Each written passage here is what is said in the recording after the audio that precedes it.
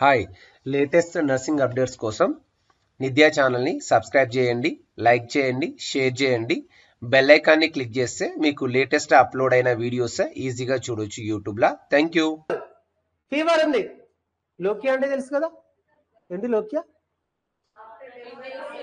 After delivery menses called as a lochia, right? After delivery menses lochia, foul lochia. Lochia foul అంటే discharge smell, sub involution, right? Are the sign of, sing of కాదు, sign of. పాటలా వామ్మో మహాతలులే, right? మన expert team మరి దులిపేస్తున్నారు పాటల ఆటలతోని. సింగ్ కాదు, సైన్. దేనికి సైన్? రైట్, దేనికి సైన్? రైట్, దేనికి సైన్?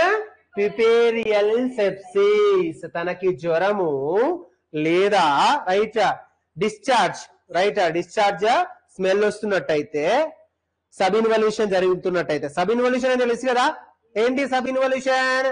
డెలివరీ జరిగిపోయిన తర్వాత అవయవాలు మళ్ళీ యథాస్థితికి వచ్చేయాలి. అర్థమైందా? డెలివరీ జరిగిన తర్వాత అవయవాలు మళ్ళీ వెనకకి వెళ్ళిపోవాలి. అట్లా పోవట్లే, ఇంకా కడుపు ఉబ్బే ఉంది, అప్పుడు ఇన్వల్యూషనా? సబ్ ఇన్వల్యూషన్ అంటారు. ఇన్వల్యూషన్ ఫెయిల్యూర్ ని సబ్ ఇన్వల్యూషన్ అంటారు, రైట్? ఈ మూడు దేనికి సంకేతం? పిపేరియల్ సెప్సిస్. పిపేరియల్ సెప్సిస్ ప్రసవంలో వచ్చే ఇన్ఫెక్షన్, ప్రసవ సమయ infection. Is it very clear కదా? Right right right right right. And ఇక్కడ పిపేరియల్ సైకోసిస్ ఉంటది, దీన్ని పిపేరియల్ బ్లూ అని కూడా పిలుస్తారు. పిపేరియల్ సైకోసిస్ ఆర్ పిపేరియల్ బ్లూ, పిపేరియల్ బ్లూ లేదా పిపేరియల్ సైకోసిస్ అని పిలుస్తారు. ఇది ఏందమ్మా అంటే ప్రసవ సమయంలో వచ్చే సైకోసిస్. ప్రసవ సమయంలో రైట్ పిపేరియల్ అంటే ప్రసవం జరిగిన తర్వాత రైట్ కొంతమంది స్ట్రెస్ అంటే ఫిజికల్ గా వచ్చే స్ట్రెస్ వల్ల రైట్ పిచ్చులు అవుతారు. పిచ్చులు అంటే అంత ముందు లొలొలా వాగేది, ఒక ప్రసవం జరిగిన తర్వాత ఎవరితో సరిగా మాట్లాడడం, సరిగా రైట్ డిస్టర్బ్ అవుతుంది, సైకలాజికల్ గా డిస్టర్బ్ అవుతుంది. ఇక బిడ్డ పుట్టినా సైకలాజికల్ గా డిస్టర్బ్ అవుతారు ఇక ప్రసవం జరిగిన తర్వాత. వాళ్ళని ఏమంటారు? పిపేరియల్ బ్లూ లేదా పిపేరియల్ సైకోసిస్ అని పిలుస్తారు. పిపేరియల్ బ్లూ ఆర్ పిపేరియల్ సైకోసిస్. ఇది కూడా వస్తుంది, బాలింతలో వచ్చే మానసిక వ్యాధి. బాలింతలకు వచ్చే మానసిక వ్యాధి ఇది పిపేరియల్ బ్లూ ఆర్ పిపేరియల్ సైకోసిస్. పోస్ట్ పార్టం హెమరేజ్ తెలుసు కదా, ప్రసవానంతరం జరిగే రక్తస్రావము. ఇది కూడా చెప్తా. 24 గంటల్లో 500 పోతే ప్రైమరీ పిపిహెచ్, 24 గంటలు దాటిన తర్వాత 500 పోయింది అనుకో, 500 అంటే 500 ml పోయిందంటే సెకండరీ పిపిహెచ్. అది తర్వాత చెప్తాను. నేను హైపర్టెన్సివ్ డిజార్డర్ ప్రెగ్నెన్సీలో వచ్చేది, రైట్? హైపర్టెన్సివ్ డిజార్డర్ ప్రెగ్నెన్సీలో వచ్చేది, దాన్ని ప్రీ ఎక్లాంషియా అంటారు. సరే, cardinal sign of, cardinal function of decidua. Cardinal function of decidua, right? Decidua తెలుసు కదా మీకు. డెసిడ్యువా ఏం చేస్తుంది? ప్రొడక్షన్ ఆఫ్ హార్మోన్స్ ని ఉత్పత్తి చేస్తుంది, maintenance of pregnancy, immune response and none of the above. Decidua ఎలాంటి హార్మోన్స్ ని ఉత్పత్తి చేయదు. మరి హార్మోన్స్ ని ఉత్పత్తి చేసేది ఏంటి ఆ సమయంలో? అవయవం చెప్పండి. హార్మోన్స్ ని ఉత్పత్తి చేసే ఒక అవయవం గర్భావతిగా ఉన్నప్పుడు గర్భాశయంలో, ఏ ఆశయంలో? గర్భాశయంలో హార్మోన్స్ ని ఉత్పత్తి చేసే ఒక అవయవం. Why sir? What why Shobharani? What why? నా ప్రశ్న అర్థమైందా? మళ్ళీ చెప్పాలా? మళ్ళీ చెప్తా, ఏం కాదు, ఎన్నిసార్లు చెప్తా.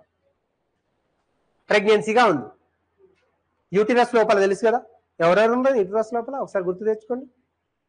గర్భాశయం లోపల ఎవరెవరు ఉన్నారు? ఫీటస్ ఉంది,